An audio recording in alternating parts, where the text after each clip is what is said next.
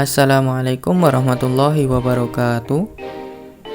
Pada video kali ini saya akan menjelaskan tentang standarisasi jaringan komputer.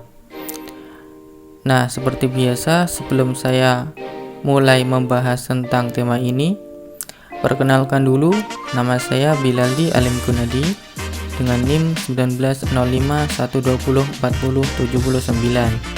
Saya dari kelas TI 2019B. Nah, pada video kali ini terdapat 3 topik yang akan saya jelaskan.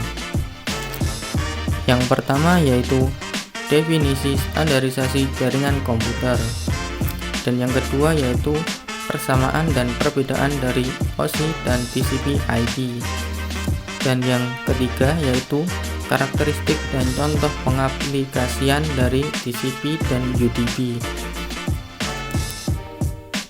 Nah, langsung saja kita bahas ke topik yang pertama, yaitu definisi dari standarisasi jaringan komputer. Standarisasi ini merupakan sebuah aturan main atau protokol yang digunakan agar semua hal atau pekerjaan dapat berjalan dengan baik.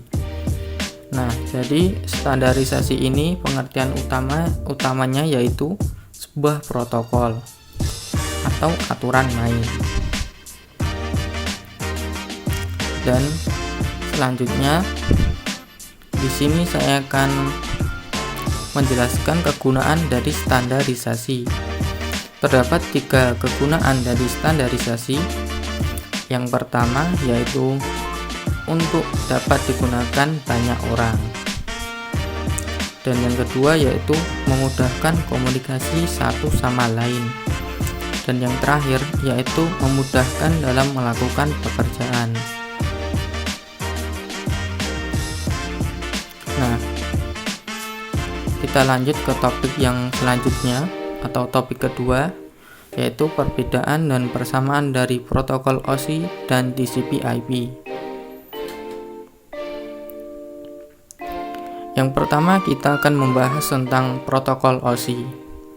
Protokol OSI atau kepanjangannya yaitu Open System Interconnection. OSI ini berupaya membentuk standar umum jaringan komputer untuk penggunaan, desain, pengolahan data, dan keseragaman standar vendor. Nah, selanjutnya ada manfaat menggunakan protokol OSI. Terdapat di sini saya akan memberikan 5 manfaat dari menggunakan protokol OSI. Yang pertama yaitu membuat peralatan vendor yang berbeda dapat saling bekerja sama. Yang kedua, kerjasama dan komunikasi teknologi yang berbeda. Dan yang ketiga, membuat standarisasi yang dapat dipakai vendor untuk mengurangi kerumitan perancangan. Dan yang keempat, memudahkan pelatihan network. Dan yang terakhir yaitu standarisasi interface. Nah, di sini terdapat gambar yaitu gambar layer dalam protokol OSI. Terdapat 7 layer dalam protokol OSI. Yang pertama ada physical layer. Fungsinya yaitu mengirimkan data melalui media transmisi. Dan pada layer kedua ada data link layer. Fungsinya yaitu menambahkan MAC address pada paket. Dan pada layer ketiga terdapat network layer. Fungsinya menambahkan alamat jaringan pada paket. Dan layer selanjutnya yaitu transport layer. Fungsinya mengatur flow control, acknowledgement, dan mengirim ulang data jika diperlukan. Dan selanjutnya pada layer 5 terdapat session layer. Fungsinya yaitu membentuk koneksi, kemudian memutuskannya ketika seluruh data telah terkirim. Nah, setelah masuk ke layer 5, kita lanjut ke layer 6 yaitu presentation layer. Fungsinya yaitu memformat data sehingga dapat dikenali di penerima. Dan yang terakhir, setelah melewati layer ke-6, terdapat layer ke-7 yaitu application layer. Fungsinya menunjang aplikasi untuk berkomunikasi melalui jaringan. Nah, selanjutnya setelah kita membahas protokol OSI, kita akan membahas protokol TCP/IP. Kepanjangan dari TCP/IP. Nah, pertama kita akan membahas kepanjangan dari TCP dulu. TCP yaitu Transmission Control Protocol, dan sedangkan IP yaitu Internet Protocol. Kedua protokol dijadikan satu nama sebab fungsinya yang saling bekerja sama dalam komunikasi data dan digunakan dalam komunikasi pada internet. Tukar-menukar data dari satu proses komputer ke komputer lain di dalam jaringan internet. Protokol yang tidak dapat berdiri sendiri karena protokol ini berupa kumpulan protokol. Dan alamat IP memiliki format yang berbeda-beda yang terdiri dari sebuah bagian host dan sebuah bagian jaringan. Di dalam alamat IP terdapat beberapa bit alamat yang dipakai untuk mengenali jaringan, sedangkan angka dipakai untuk mengenali host serta berbagai kelas alamat IP. Nah, di sini saya akan menjelaskan kelas dalam jaringan TCP/IP. Jaringan TCP/IP ini terdapat 3 kelas. Yang pertama kelas A. Kelas A ditandai dengan adanya angka 0 pada bit pertama alamat IP. Dan yang kedua pada kelas B ditandai dengan 2 bit pertama dalam alamat IP berupa angka 10. Dan yang terakhir kelas C ditandai dengan 3 bit pertama dari alamat IP berupa angka 110.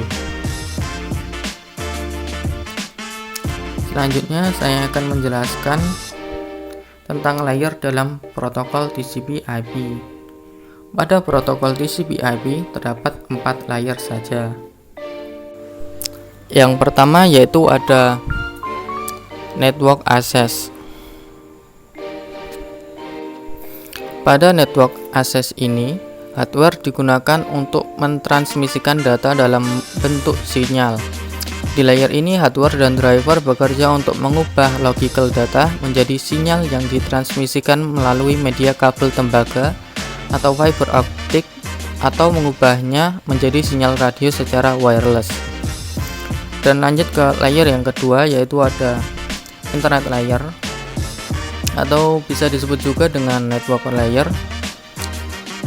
Pada layer atau divisi ini yang sering kita sebut internet layer, karena paket dikirim ke tujuan berdasarkan IP address yang terpasang pada setiap komputer yang terkoneksi ke jaringan. Dan selanjutnya kita akan masuk ke layer ketiga, yaitu transport layer atau host to host. Pada divisi ini bertugas untuk menerima data dari layer di atasnya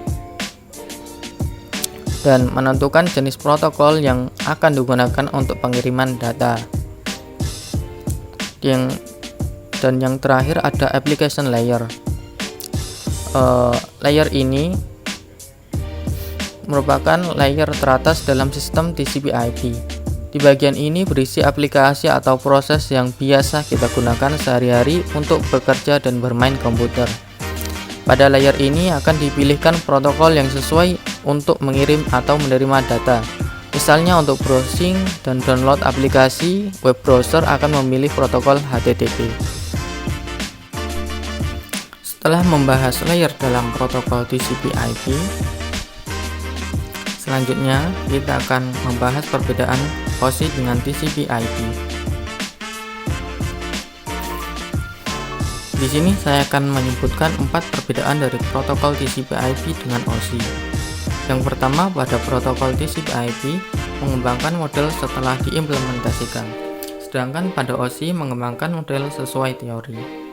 Dan yang kedua, pada TCP/IP terdapat 4 layer, dan di protokol OSI terdapat 7 layer. Pada protokol TCP/IP, protokol ini spesifik, sedangkan dalam protokol OSI, protokol ini independen. Dan yang terakhir, pada protokol TCP/IP untuk jangka panjang akan menjadi standar dunia jaringan komputer. Dan sedangkan pada protokol OSI tidak akan menjadi standar dunia jaringan komputer untuk jangka panjang. Selanjutnya kita akan membahas persamaan OSI dengan TCP/IP. OSI dengan TCP/IP memiliki persamaan, yaitu yang pertama memiliki layer atau lapisan, yang kedua mempunyai transport dan network layer yang dapat dibandingkan, yang ketiga menggunakan teknologi packet switching bukan circuit switching, dan yang keempat mempunyai transport dan network layer yang sama, dan yang terakhir memiliki aplikasi layer meskipun memiliki layanan yang berbeda. Selanjutnya kita akan membahas tentang karakteristik dan contoh pengaplikasian pada TCP dan UDP. Ini sudah masuk ke topik yang ketiga. Pertama, kita akan membahas apa itu UDP. Kepanjangan dari UDP adalah User Datagram Protocol. Salah satu protokol yang menjadi lapisan transport TCP/IP sehingga mendukung atau memungkinkan terjadinya komunikasi yang tidak andal atau unreliable tanpa adanya koneksi antar host jaringan yang menggunakan TCP/IP. Aplikasi maupun software dapat mengirimkan pesan kepada komputer lain di dalam jaringan lain tanpa perlu melakukan komunikasi awal. Dan UDP menerapkan komunikasi secara sederhana dengan mekanisme yang minimalis. Terdapat proses checksum guna memproteksi integritas data. Dan selanjutnya kita akan membahas perbedaan dari TCP dengan UDP. Di sini saya akan menjelaskan 5 perbedaan dari TCP dengan UDP. Pada TCP, di sini yang pertama saya akan menjelaskan tentang kemampuan koneksinya. Pada TCP memerlukan koneksi untuk menghubungkan beberapa, sedangkan dalam UDP komunikasi tanpa perlu koneksi antara komputer yang menjadi host. Dan yang kedua, karakteristik. Pada TCP tidak berbasis koneksi, tetapi pada UDP berbasis koneksi. Dan yang ketiga, contoh aplikasi. Pada TCP, aplikasinya yaitu FTP, SMTP, dan Telnet. Sedangkan pada UDP, SAN RPC, SNMP, DNS, dan TFTP. Perbedaan yang keempat yaitu pada jenis port. Pada TCP, port 16 bit integer di mana antara port satu sama lain harus berbeda. Dan pada UDP, port 16 bit integer yang dibagi 3 bagian, yakni 49152, 65535 atau port ephemeral. Dan yang kedua ada 11023 atau well known port. Dan yang terakhir ada 1024, 49151 atau registered port. Dan perbedaan yang kelima yaitu transmisi data. Mempunyai 2 jalur masuk dan keluar, membuat pertukaran data lebih efektif karena dilakukan secara bersamaan. Sedangkan pada UDP dilakukan dalam bentuk datagram yang memungkinkan data yang diterima bisa mengalami kerusakan dan tidak urut. Dan kesimpulannya pada pembahasan standarisasi jaringan komputer ini, kita dapat memahami teori dasar tentang jaringan komputer, khususnya pada protokol jaringan. Dan hal ini sangat diperlukan guna kelancaran dalam praktek jaringan komputer. Dan kita juga dapat mempunyai fungsi untuk menghubungkan sisi pengirim, dan pada standarisasi jaringan ini mempunyai fungsi untuk menghubungkan sisi pengirim dan penerima dalam berkomunikasi serta bertukar informasi. Nah, cukup sekian pembahasan yang dapat saya berikan. Kurang lebihnya saya meminta maaf. Sekian, wassalamualaikum warahmatullahi wabarakatuh.